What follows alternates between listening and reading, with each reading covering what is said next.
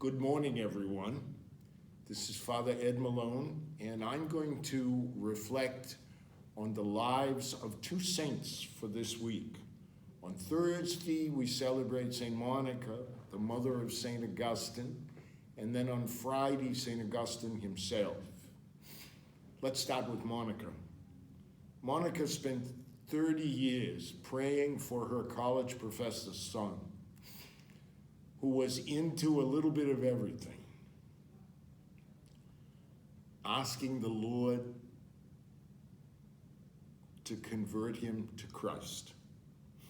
After 30 years of prayer, so she's an example of sticking with it and asking the Lord and constantly beseeching him. After 30 years, he met a bishop named Ambrose in Malone, who spoke to him and taught him about Christ. And at 33 years old, Augustine was baptized. This is Augustine of Hippo, so he became the bishop of the Diocese of Hippo in Africa in the 5th century, in a time when the African church was a big section of our church. And he became a great doctor of the church because he was very aware of how grace, God's life, had lifted him out of his former life and made him into a new creation. And so he's often called the doctor of grace because he teaches us what grace is all about. He also tried an interesting experiment that I find interesting.